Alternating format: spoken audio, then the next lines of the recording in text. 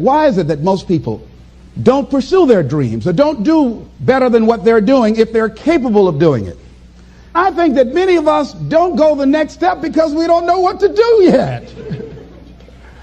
And I say that the reason that we don't even explore the possibility of what to do is because subconsciously we don't believe that it can happen for us, and we don't believe that we deserve it. So here's what I'm suggesting. How much time do you spend working on you?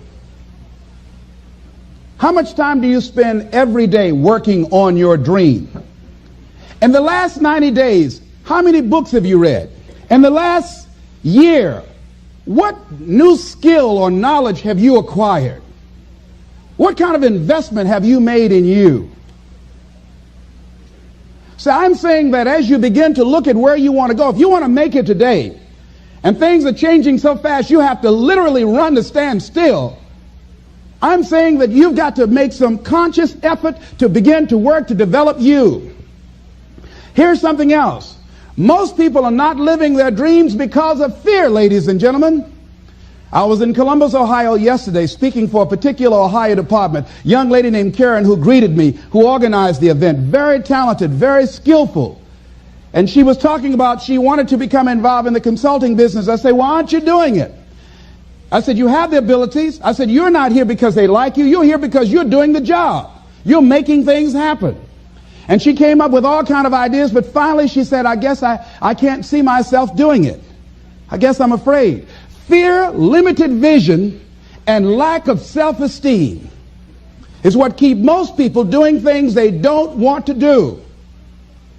I flew from Columbus, Ohio to Denver, Colorado to a major communications company.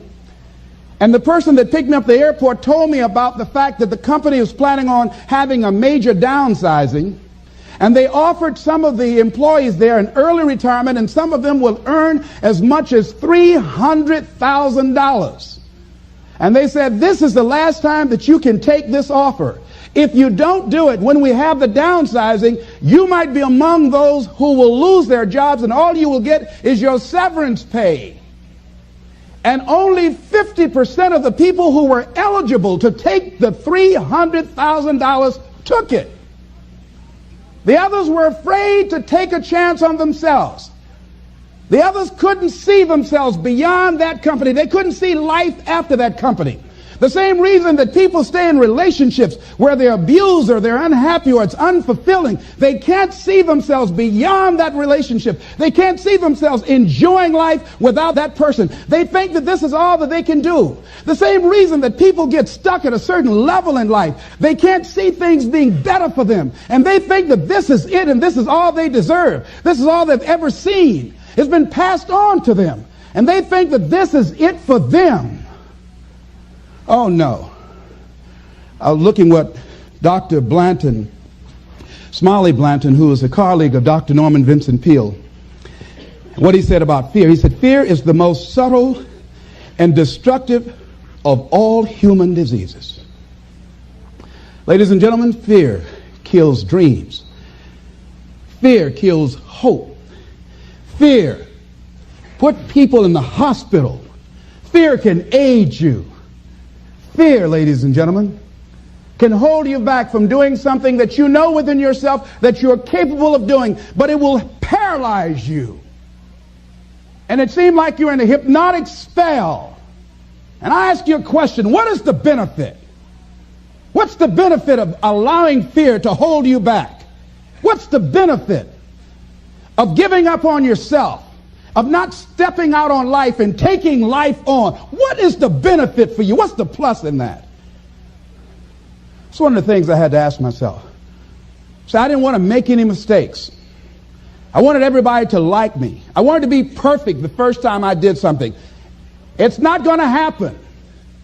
You're going to make some mistakes. You're going to hurt some folks' feelings. You're going to create some enemies whenever you decide that you want to begin to take life on. You've got to ask yourself, how long am I going to allow this to hold me back?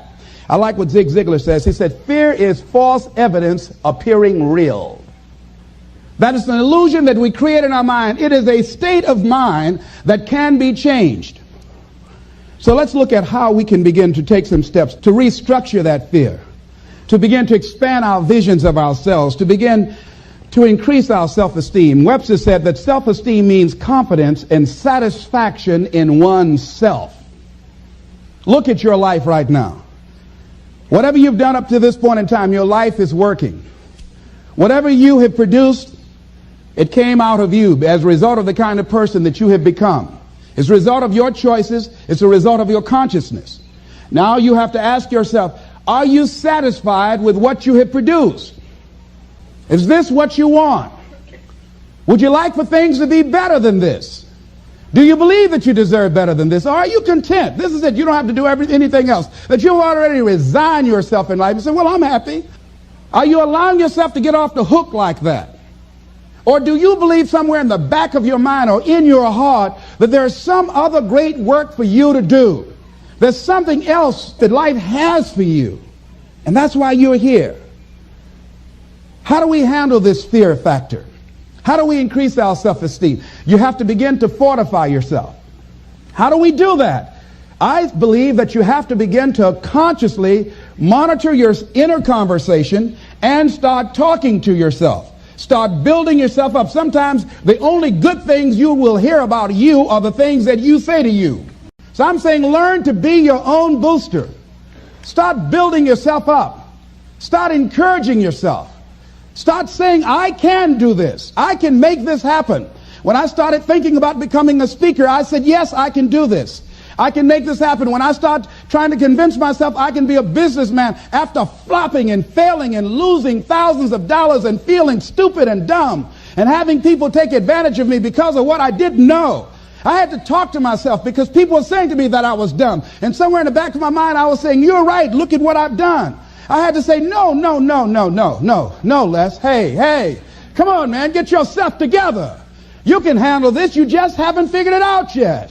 It's all right. This is your training period. This is the tuition you have to pay for what you don't know. You can do this. Other people have done it. It doesn't take an Einstein. Get you some people that can teach you some stuff that you don't know. Get you some people that have done it successfully and learn from them. Take some seminars, workshops, read some books on how to manage a business. Change the way you see yourself and begin to tend to the personal details. Understand that nobody's going to take care of your business better than you.